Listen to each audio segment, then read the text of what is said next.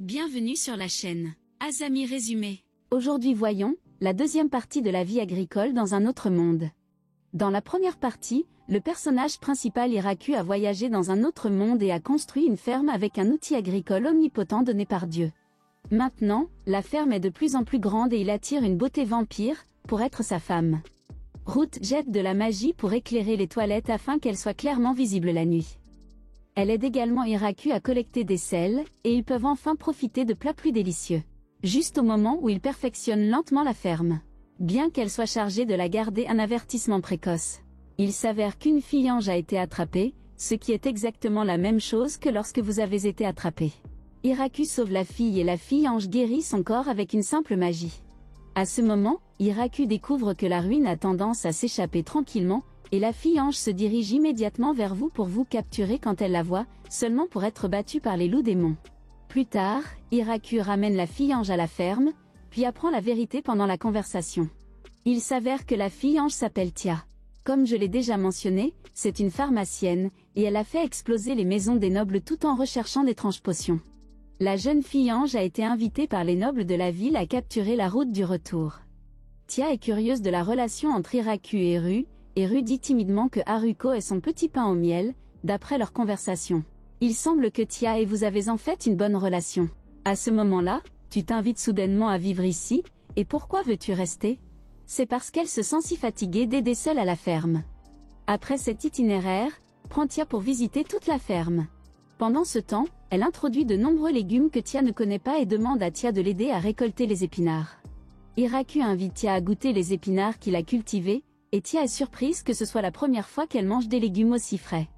Ce qui la rend la plus heureuse, c'est qu'elle mange la fraise pour la première fois, et elle est complètement conquise par le goût aigre-doux. Tia ressent un sentiment d'accomplissement pendant le travail agricole d'aujourd'hui. Et finalement à la forte demande de Ru, Tia décide également de rester ici.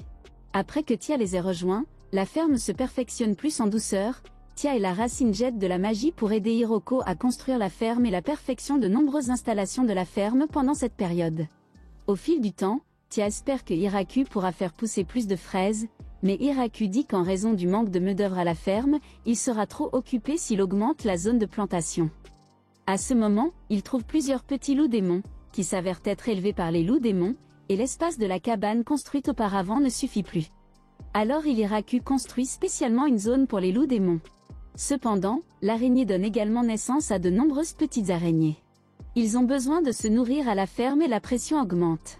Tia semble avoir pensé à quelque chose, et elle dit à son Raku qu'elle veut sortir. Après un court moment, Tia emmène un groupe de filles elfiques à la ferme. Ce groupe d'elfes vivait à l'origine dans l'extrême nord, mais à cause de la guerre, ils ont perdu leur maison et se sont éloignés pendant de nombreuses années. Maintenant, la ferme manque de main-d'œuvre. Alors Tia les invite à rejoindre la ferme, de cette façon.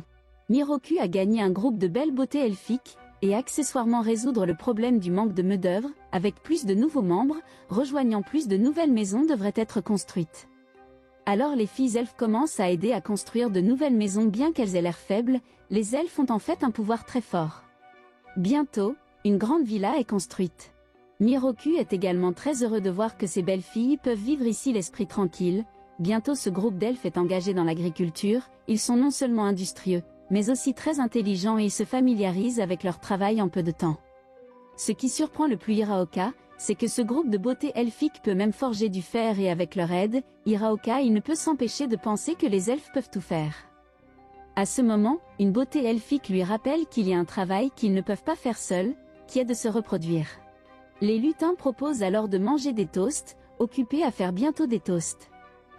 Le délicieux toast est terminé, vu qu'il y a de plus en plus de membres qui viennent dans sa ferme. Miroku vous demande à qui appartient le territoire ici, et Ryu dit que cet endroit n'appartient à personne, mais en termes de sphère d'influence, il devrait être considéré comme le territoire du roi démon. En entendant cela, Hiraku est surpris et Ruth lui dit de ne pas s'inquiéter en disant qu'ils ont construit cet endroit sans l'aide du roi démon. Donc pour être précis, c'est le territoire d'Hiraku. Au fil du temps, Hiroko a l'intention de cultiver comme d'habitude. Juste à ce moment-là, il découvre que l'araignée a attrapé un gros bibac, qui s'avère être la reine des abeilles, et l'araignée espère que Hiraku pourra garder la reine des abeilles à la ferme comme bien. Hiroko aide ensuite la reine des abeilles à construire un hangar, où la reine des abeilles construit sa propre ruche, à l'exception de la reine des abeilles de grande taille. Les autres abeilles ouvrières normalement attirées ont une taille normale. Sinon ce hangar ne pourra pas accueillir ces abeilles. Il semble que bientôt Hiroko pourra gagner du miel. Après cela, Hiraku commence un autre travail, dans l'intention de construire un réservoir sur sa ferme pour faciliter l'irrigation des terres agricoles. Il creuse d'abord une énorme flaque d'eau près de la ferme, puis utilise l'outil agricole omnipotent pour solidifier le sol afin de créer un canal qui ne fuira pas. Avec l'aide des elfes, il leur faut 2 jours pour canaliser l'eau des rivières lointaines dans le réservoir. De manière inattendue, il y a un gain inattendu de ce travail. Miroku a gagné de nombreux poissons étranges et lait dans le réservoir. Il fait griller ces poissons étranges et les donne à Wu et à Tia, qui avaient peur de manger ces poissons étranges de la forêt de la mort au début, mais ils mangent à peine une bouchée après avoir vu que Haruko va bien après l'avoir mangé. Plus tard, ils sont immédiatement submergés par ce goût, d'autres beautés elfiques viennent également manger la nourriture. Après cela, Miroku préserve le poisson étrange inachevé en le salant. Avec le réservoir, Miroku entend faire pousser du riz du monde humain. Il est occupé à faire cela avec l'outil agricole omnipotent du jour au soir, et cultive enfin une rizière. Il verse de l'eau du réservoir dans la rizière, puis demande aux elfes d'enlever leurs chaussures et d'entrer dans la rizière. Après un court moment, Hiraku prend des semis et commence à leur apprendre à planter des semis. Les elfes sont très doués pour l'apprentissage, et ils maîtrisent rapidement la technique de plantation du riz. De cette façon, la culture du riz est achevée avec succès. Grâce à la bénédiction de l'outil agricole tout-puissant. Le riz est bientôt cultivé avec l'aide des elfes, ils récoltent rapidement le riz. Hiraku emmène ses épis de riz récoltés dans la maison après séchage, puis transforme l'outil agricole omnipotent en une batteuse pour les battre. Après cela, il utilise un tamis pour filtrer les feuilles et certaines impuretés, et les met enfin dans un mortier en pierre pour enlever l'enveloppe. Enfin, le riz est récolté. Hiraoka fait cuire le riz et en fait des boulettes de riz, qui sont ensuite remplies de poissons séchés et distribuées aux filles présentes. Ces filles mangent du riz pour la première fois, et elles sont toutes submergées par le goût rare. Il commence à déplorer que le travail acharné de nos jours en vaille la peine. Hiraoka emmène ensuite les filles travailler dans la rizière. Les elfes lanceront de la magie pour enlever la saleté de leur corps, chaque fois qu'ils finiront de travailler. Cela frustre Haruko qui ne peut pas lancer de magie. C'est alors qu'il a l'idée de construire un bain public à la ferme. Il dessine donc un dessin d'une maison de bain, qui montre non seulement le réservoir mais aussi un four à eau bouillante. De cette façon, ils peuvent se baigner dans la source chaude à l'intérieur des bains publics. Après cela, ils recommencent à travailler.